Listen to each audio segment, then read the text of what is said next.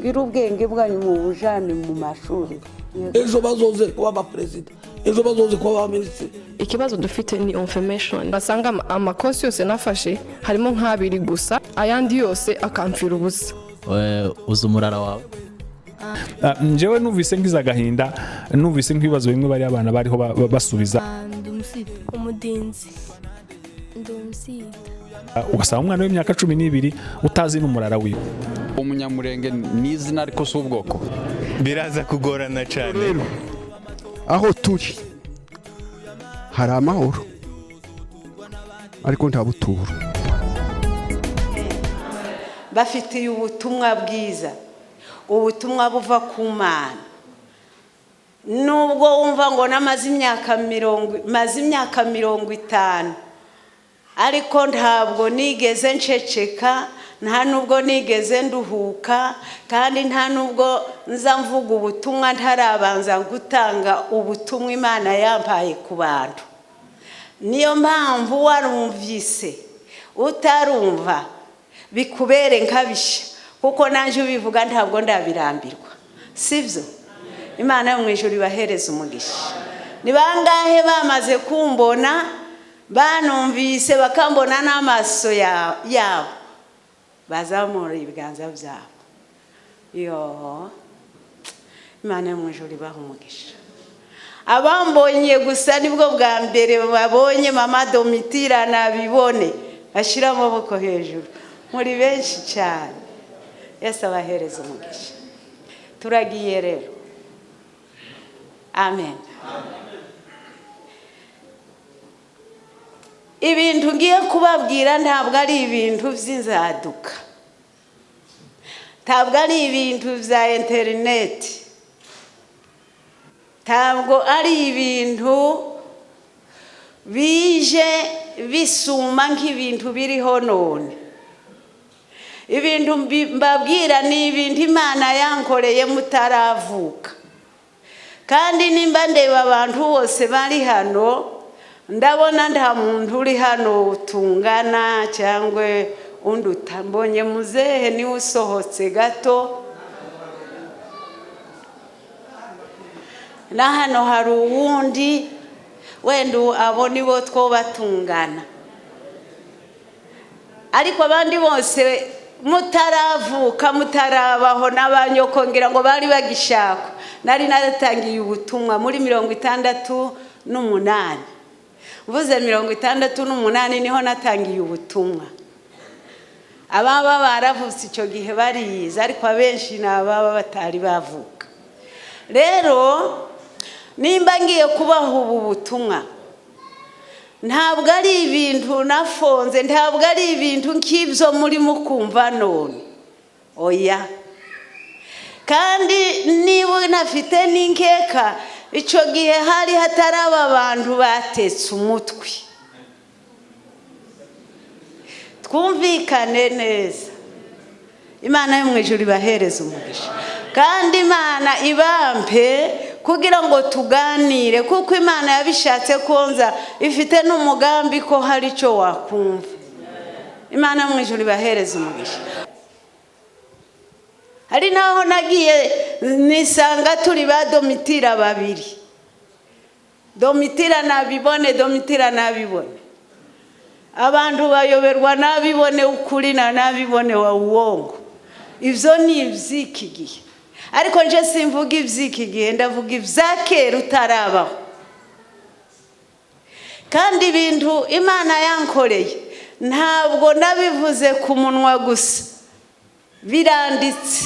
Mfite ibitabo byanditse ubuhamya bwanje mu Gifaransa, 4 jours dans l'au-delà. Mfite igitabo cyanditse mu Cyongereza. Wagiye he? Reka mufashe gusoma. Nga kwa 4 days in heaven. Aha. Amen. Mama Domitira sinize muzabimenya. Ariko ibi byose ni abantu bakurikiye ubuhamya bwanje, barabwumva, barabwemera, barabukunda, babugeza ku bantu bose. Uyu munsi nimba nkubwira ntugire ngo naje kubisha, naje sinataye umutwe. Nubikenera birahari, uzabigure kugira ngo uzabwirize n'abandi. Imana yo mu ijuru ibahereza umugisha. Turagiye rero. Mama Domitira, nampenda Yesu sana. Amen.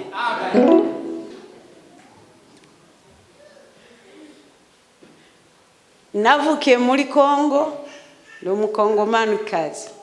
Navukiye mu Minembwe, zone y'Ifizi, collectivité Mutambara, sous région ya Uvira, région ya Bukavu, Kivu. Amen. Rero maze kuvuka naravutse mama arapfa. Uwo n'umwirondoro. Naravutse maze kuvuka gutya mama arapfa. Mama maze gupfa nderwa na nyogokuru byara mama. Aranyonsa ndakura sinamenya ko mama yapfuye kuko narerewe mu maboko meza cyane. Ngeze nk'imyaka 5-6 nagenda gukina n'abandi bana bakanduka bakambwira ngo nico gituma nyoko yapfuye.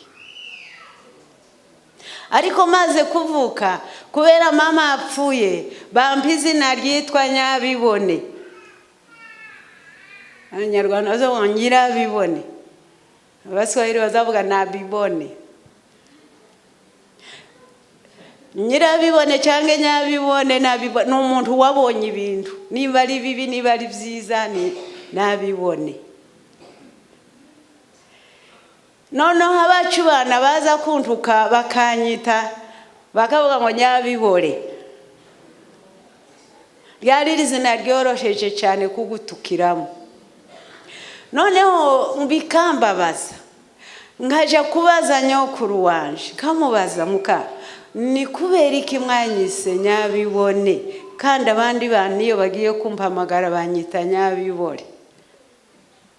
Mukaka kambwira ngo iryo zina twari guhaye kubera nyoko yamaze kukubyara arapfa, noneho ubona ibyago nico gituma wiswe Nyabibone. Noneho naho bantutsa bacu abanzi ko impamvu iryo zina niribi nyine niba ari Nyabibore n'ibyabose. Amen. Noneho biragenda habaye muri 67 ndashakwa, ariko navukiye kwa nyokuru ari umukirisitu umugatulika ukomeye cyane. Twazaga tuje gusenga buri gitondo, anshira mu idini, nkundisha idini, nkunda idini rya gatulika kugeza nshakwa n'umugabo w'umugatulika, dukora mariage mu gatulika. Tumaze gushakana n'umugabo wanje twari dutuye inganje, nta munsi n'umwe nari naragiye mu itorero ry'abaporo. Twahoraga twumva abaporo kandi twazaga tubasengera, tukabasengera mu masengesho yacu, isengesho rivuga ngo sala ya kuwaombea wa ndugu wetu wa Protestanti wamepotea. Bukeye maze shakwa mu muhana w'abaporo, ariko umugabo wanje ari umukatolika, twazaga tuja gusenga ahantu kuri. Muncamake umunsi umwe, aho niho ubuhamya bwanje butangirira. Umunsi umwe ndyamye, nari mvuye mu murima ndushe, nicaye maze guteka imboga zanje isogo, naje ngeretse kunkwi, mpaye nziteka, maze kuziteka ndicara ndahunyiza.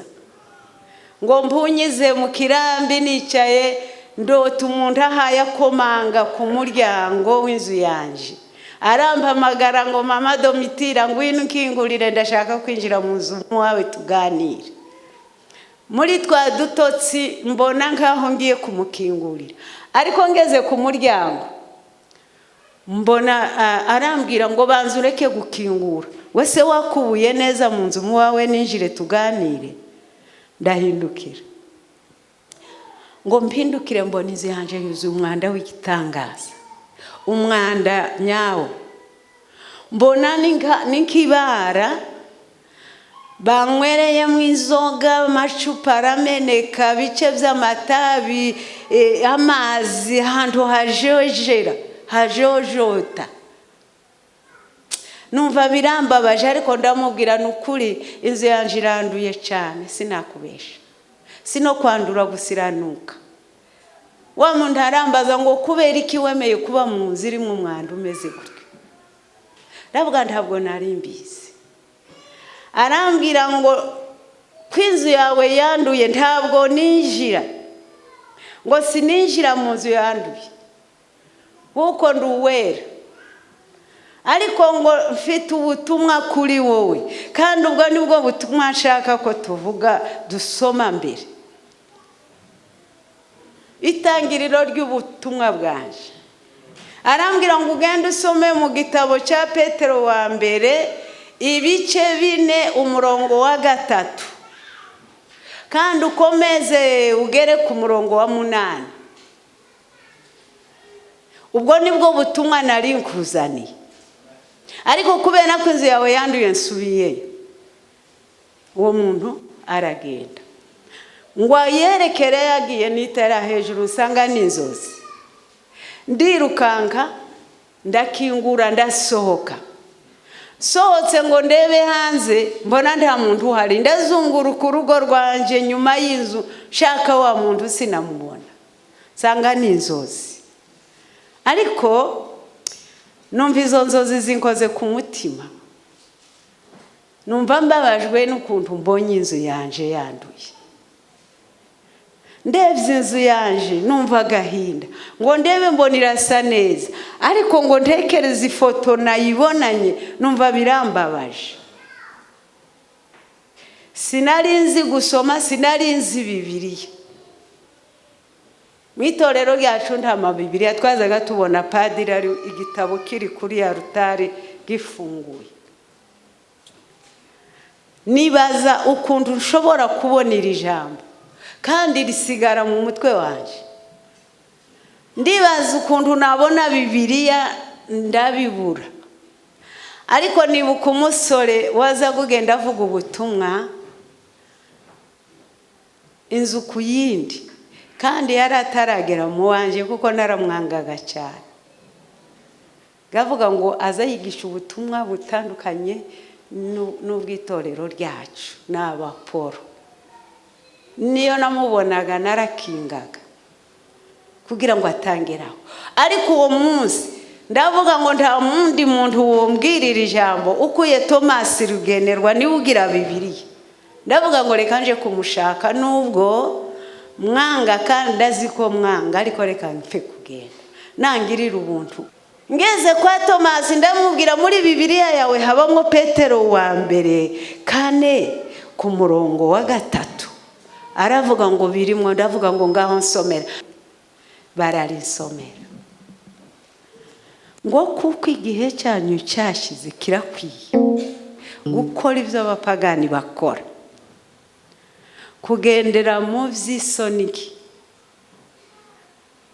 by'ubusinzi n'ubusambanyi n'ibindi nk'ibyo. Aravuga ngo igihe cyashize kirakwiye. Ngo aje kurangiza aravuga ngo iherezo rya byose riri bugufi, nuko mugira ubwenge mwirinde ibiki ibisindisha, kugira ngo mubone uko musenga. Kandi kiruta byose mugira iki? Urukundo, kuko urukundo rugira gute? Twikira ibyaha byinshi. Aragenda. Wa muntu ansomeye iryo jambo nukuri nta na kimwe natoyemo. Tamubaza ibyo nibiki. Wa muntu arambwira namubwira inzozi zanje zose, arambwira ngo urabizi. wa muntu wahagaze ku muryango agakomanga n'umwami Yesu Kristo. Iriya nzu yanduye ntabwo ari iriya nzu yanduye n'umutima wawe. Uriya mwanda n'ibyaha byuzuye umutima wawe. Yesu yagukebuye ngo Bibiliya iravuga ngo dore mpagaze ku rugi ndakomanga, umuntu niyumva ijwi ryanje akankingurira nzinjira iwiwe sangire nawe. Ndavuga ariko se nawe wa muntu wamenyereye kuvuga cyane, jewe ndi umukirisi 100%. Navukiye mu idini, kurira mu idini, shakwa mu idini, n'ubu munsi ndi umukristo. Iyo nakoze icyaha nje kwa padiri, padiri akampa ishapuri ngasenga, ibyo byaha umpata n'ibyaha nyabaki. Ambwiye ati nyamara niko ijambo rivuga. Ndamwihorera asubirayo ariko mbabaye. Ngeze mu rugo rya jwi rirahata, ijwi rirahata. Ndashima Imana, ntabwo ari je washatse Imana, n'Imana yanshatse. Nkunda Yesu cyane. Kuva uwo munsi ntangira gushaka Imana, ndasenga shaka ukuntu inzu yanje yoba nziza, ndakubura uko bishobotse. Ingeregeri nateguye nta mwana nagiraga, nkongera nkayisubiramo, ngakubura inzu nkayitangirira hejuru, ngakuraho imirayi. Twabaga mu nzu z'umwotsi, imirayi yabaga hejuru. Hari n'abandi batabizi ariko hari n'abandi babizi bavukiye iwacu. Hata leo huko Canada unajua ulikotokea. Imana nguhereza umugisha. Nta na kimwe byatanze. Ndaruha ntangira gusenga, reka nirukange kuko numva ko mushaka kumva inkuru zo mu ijuru. Ndabambia nzabatsindagira ijuru iminsi yombi, muzaruha mwumve ko muzarijamo. Imana yo mu ijuru ibahereza umugisha. Ndasenga pe, ndaruha mu gusenga. Naje gusenga nkarira, nari ndarabona abantu barira, ariko ngasenga amasengesho yacu kariho agashira. Ariko narangiza nkaza ngakubura ngo ndebe ko inzu yanje yoba nziza. Ariko umunsi umwe gusa ntazibagirwa kuri Gacumu mu Rugarama, nimba muza mwumva Imana y'inganje.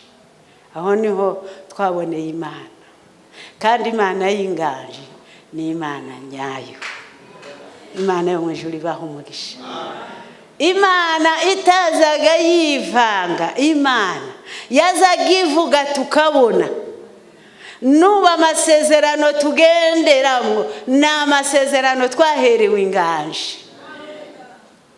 Uzapfobya Imana y'inganje, Imana yo mu ijuru izamubabarire. Ndaruha neza neza nuzura umwuka, ndi umugatulika, nambaye ishapuri n'ishapurari, nambaye imisaraba n'isura. Narize Gasombe, ndaruha ndabatizwa, ndazabitishwa. Intambwe zose za Gatulika nazigezeho, amaze idini ryacu ni kali mu kichwa.